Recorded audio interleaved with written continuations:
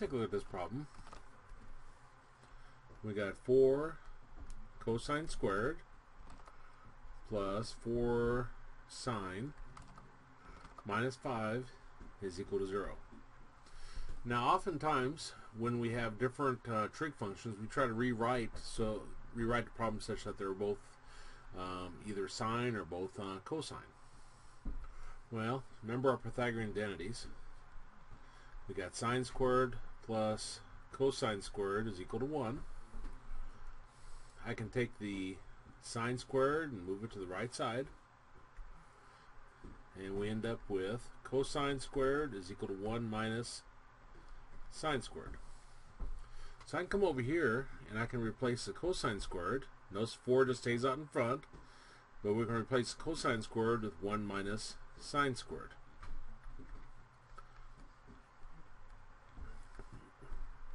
Now notice I put parentheses around that because this 4 that's out in front, we have to keep track of the relationship that exists there. 4 times this.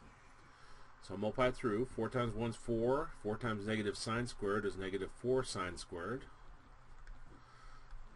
Plus 4 sine minus 5. Which gives us negative 4 sine squared plus 4 sine. And 4 minus 5 gives us negative 1. Now I'm going to take all that over to the right side. So the negative 4 sine squared, when I move it over, becomes a positive 4 sine squared. The 4 sine theta, when I take it over, becomes a negative 4 sine theta. And negative 1 becomes a positive 1. I want the number that's in front of my sine squared to be positive. Now we're going to try to factor this. And if you have trouble with factoring it, put another variable in for sine, like p. And we'll do it over on the side here. So we've got 4p squared minus 4p plus 1. And this factors as 2p minus 1 times 2p minus 1, which is simply 2p minus 1 squared. So over here, I'm going to come back to my problem. I'm going to write that down, but I'm going to replace the p with sine. So this is 2 sine theta minus 1 squared. Now we can just drop the squared, and we get 2 sine theta minus 1 equal to 0. Take negative 1 over, becomes a positive 1. Divide both sides by 2.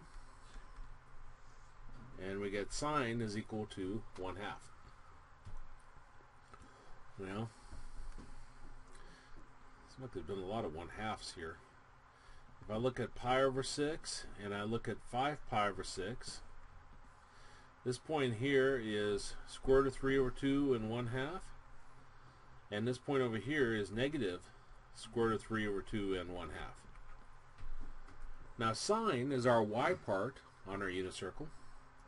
So this is our y part and this is our y part. So I can see it, pi over 6 and 5 pi over 6, both of them are equal to 1/2. So we get theta is equal to pi over 6 and 5 pi over 6.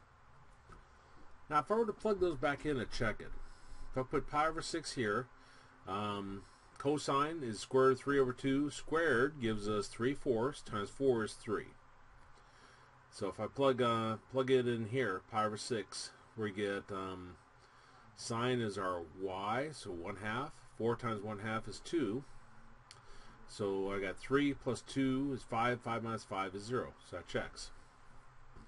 Now if I put 5 pi over 6 in here, 5 pi over 6, cosine is our x, which is negative square root of 3 over 2. Square that, and you get 3/4 times 4 gives us 3 again. And I'm putting 5 pi over 6 in here. 4 times 1/2 is 2. And 3 plus 2 gives us 5. 5 minus 5 is 0. So both those answers check.